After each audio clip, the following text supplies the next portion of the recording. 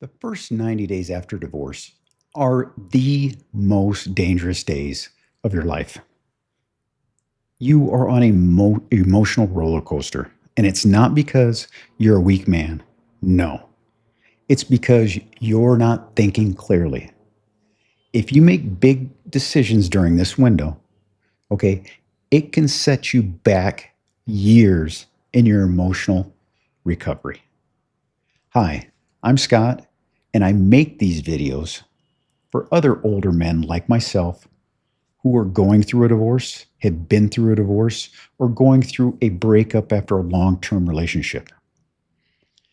I make them so people like me can reclaim their lives because they can learn from my mistakes, my experiences, and not repeat them. The first thing you're going to find in those 90 days is you're going to be in what I call kind of a state of shock, the shock phase. What that is you really don't know what's going on. You may be the person who initiated the divorce, but it's still coming at you. All the information, all the emotions are coming at you. It's like you're drinking water through a fire hose. It just overwhelms your senses. And because your brain is still processing the loss of your spouse, it just really messes with you. I look at divorce as kind of like the death of a future, something that you and your wife believed in, something where you guys were going to have your cruises together. You were going to buy that vacation home together. You were going to do all these things together. And now it's gone. Everything is done. And that is tough for you. And because of that, you're going to go through a bunch of emotional swings. I mean, it's just going to wreck you emotionally. You're going to go from being numb, like what is going on? You're going to be angry. You're going to go through that phase of your anger at yourself. You're going to be angry with others, especially your spouse, because you're wondering, why is she doing what she is doing? And then, of course, you're going to be nostalgic. I say nostalgic is because it's kind of like you look back at the old times in the best light. All those things that you didn't like about your spouse, you're going to kind of gloss those over. You're going to kind of sweep them to the side and only think about the good things. And that's tough. You have to fight that because there are so many things, especially if you're the one that filed, that is caused you to do that. Okay, you're also it's going to wreck you totally. You'll get a stage of confidence where you think you can handle it, and it's kind of like that roller coaster. You're going up, you're at the top there, and you think you can handle it, and then man, it just speeds to the bottom, and you're just a wreck again. So your emotions are going to be everywhere, and it's normal. It happened to me. It happened to everybody out there. Okay, but don't at any point when you think you're decisive and you think you have a handle on everything, don't mistake that kind of emotional intensity as clarity. Because I guarantee you, you're not going to be thinking clearly at this point. And because of that, that is why you don't want to make some of these mistakes here. The first thing is you don't want to chase her. You don't want to beg her. You don't want to rage text her. You don't want to do all those long emotional texts, stuff like that. That never works. And take it from me, who has done those mistakes. I have done all those. I begged my wife. I thought, if I could only get her to listen to me, to rationalize this out, we could save our marriage. It doesn't work that way. It just never does. What ends up happening is she has already made her decision. She made it months ago, and you found out about it later on. She's way past that stage of repair. That's the way their decision making is. You're not going to fight that. So Don't think for a minute that because you sit up at night and it's 11:30 on a Friday and you had a couple of whiskeys and now all of a sudden you're going to sit there and text that long emotional response to her, that she's going to read it and say, man, I made a mistake. It's not going to happen. It's just going to make you look weak. It's going to really alienate her more than she already is. And especially if you get anger. If you get anger and send a rage text because she's not responding to your emotional text, that gives her justification in her eyes and her friends that she's talking to why she was right in doing the actions that she's doing right now. Believe me, guys, it's only going to make you look weaker. It's not going to make you look like a strong man that you should be. And you're going to lose your dignity here. So the thing that you can do right now that will help you is being silent. I know that sounds counterintuitive, but remember, be that strong, silent type, okay? Because that lets her think about what's going on with you. Are you having it all together? Are you standing up? You're strong. You're not showing that weakness. And that is big in her eyes. You're the bigger man of that. So don't do that. Don't make the same mistake I did. Also, there's a point in that first 90 days where it can destroy you here. And that's making bad financial decisions. Let's face it, guys. We as men, we take it in the behind when it comes to divorces.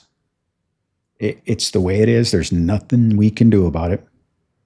I've never yet met a man who said, hey, I came out great with my divorce.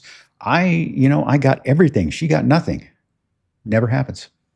Never happens. But don't let that run you. And don't let that ruin your life, that thought of that. What you need to do is think strategically right now.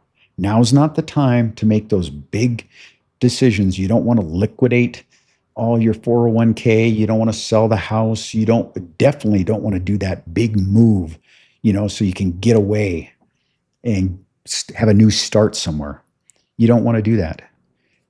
Those things and those decisions during this time frame are based upon emotion.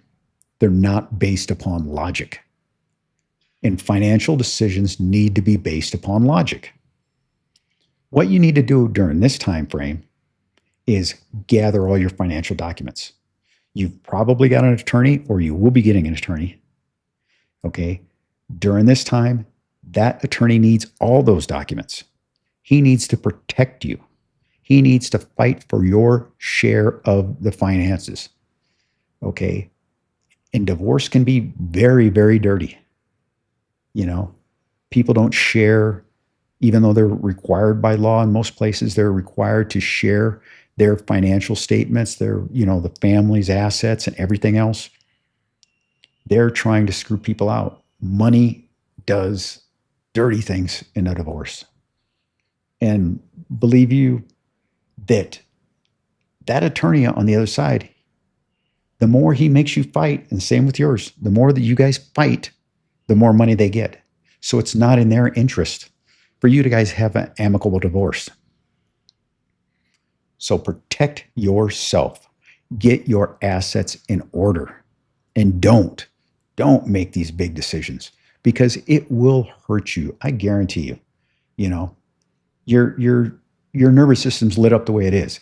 It's not time to make any kind of permanent money moves.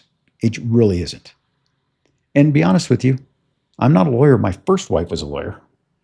Okay. I can't give legal advice, but I know that in most jurisdictions, once the divorce is filed, you can't start making big asset withdrawals, spending, or anything like that, because it affects the other spouse's share. So even with it, if you're in a jurisdiction that can, don't do it. Here's another issue you're going to find in the first 90 days. And man, this hit me hard. And I'm sure that there's others out there that it hit hard too. That's alcohol, any kind of substances, and isolation. Man, it will drive you down into a hole. I call it my deep dark hole, man, because I was down in there, and it took me about 2 years to get out. You know, I found that it just my second marriage, my second divorce, it devastated me. You know, it put me in a death spiral. And what happened was I started drinking. That initial one drink nightcap became every night, not just a weekend. And then that one little ounce of liquor became the tumbler. And soon I was drinking every night just to go to sleep. And it wasn't just a little bit of scotch. It became like 2 bottles of scotch a week. And I was going into that slope of, I was becoming a full-blown alcoholic. I had to get drunk in order to sleep. And everybody knows that, hey, if you have a lot of liquor, it doesn't give you good sound sleep. So I was waking up all the time. I was tired all the time. It caused me to be tired during the day. That worsened my depression, and it worsened my isolation. I didn't want to do anything. I just wanted to be left alone because I thought I could handle it. It's not the way to do it, guys. It really isn't. You know, don't start that death spiral, okay? Because drinking to get numb doesn't help. Isolation, it only feeds your depression, okay? You need to be around people. You need to keep in perspective, and being around people will keep you in perspective. You know, and speaking of that, all you have to do is get out of the house. Get out of the house, go talk to somebody, say hello as you're walking down the street, go to a coffee shop and sit there, and you don't have to say anything, but just be around another individual. Just be there, in their presence gives you some peace and tranquility. Saying good morning to somebody helps you along. It really does. But the thing you've got to watch here, though, is you don't need a new relationship at this point. You don't. Everybody knows, and we've all learned since we were kids, started going out on dates. A rebound relationship never works out. It always hurts more than it does. You don't need that right now. You don't need to try to replace your ex with somebody else. It's going to cause you more problems than it's worth. Fix yourself at this point, get yourself stabilized, and then open yourself up to dating somebody. And the final thing I think you need to do is build a plan. And I like to say a life plan. It's not a life plan. It's a plan for your life in little bitty steps. At this point in time, you need a plan for today, tomorrow, this week. No more. You don't need a plan of what you're going to do a year from now, after the divorce or anything else. You need to stabilize your life right now. Okay, get it in order. I'm talking about getting up in the morning, making your bed, cleaning the house, doing these little basic things that you probably neglected, and getting them done regularly. Getting back to that routine. You know, routines help you. It's like a rhythm, you know. It helps you. We're talking like, you know, getting consistent sleep, you know, just working out a little bit each day, eating properly, not out of a fast food bag, you know, and then going back and handling all your work life responsibilities, cleaning the house, washing the clothes, taking a shower every day. Man, just those little things will help you stabilize yourself. And it's one day at a time. Remember that, just those little bitty plans for each day. And so, guys, if you don't take anything away from what I've talked about, take away these three things, just three simple things for those first 90 days, and they will help you. No permanent decisions based upon emotions right now. Your emotions are temporary. They're all over the place. You're going back and forth and on everything. Don't make any permanent decisions. It's not going to work out for you. So remember, and right now, your job is to stabilize yourself first. You're not there to evaluate your life and what it's going to become. You can do that later. There's plenty of time for that. Right now, just stabilize yourself and evaluate yourself within a day. What am I like today? I'm going to get better tomorrow. I'm going to do this. It's short spurts. And then finally, remember that you have 90 days.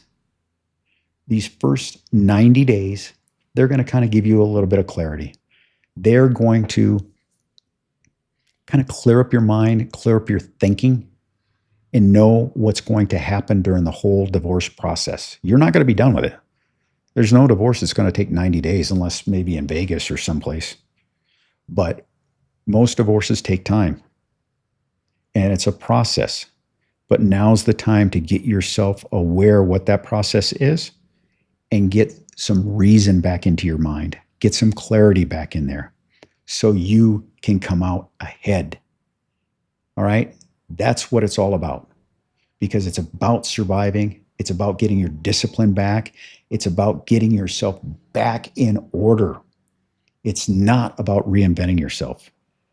If you protect your assets, if you protect your dignity, and you formulate a simple life plan, like I said, you now give yourself really a good chance to rebuild yourself, to get yourself back stronger than you ever were. Guys, if you enjoyed this video, please give it a like and a subscribe, okay? But the most important thing, and I always say this, is please leave a comment. Those comments are really what helps others who are going through this for the first time, or they're looking to get advice on something. It's going to help them get back on track. I don't know everything. Your comments are more valuable than mine. There's way more of you than me. We all been through this, and we all don't want to repeat the same mistake and have the same experiences. And remember, guys, there is a life after wife. Until the next one.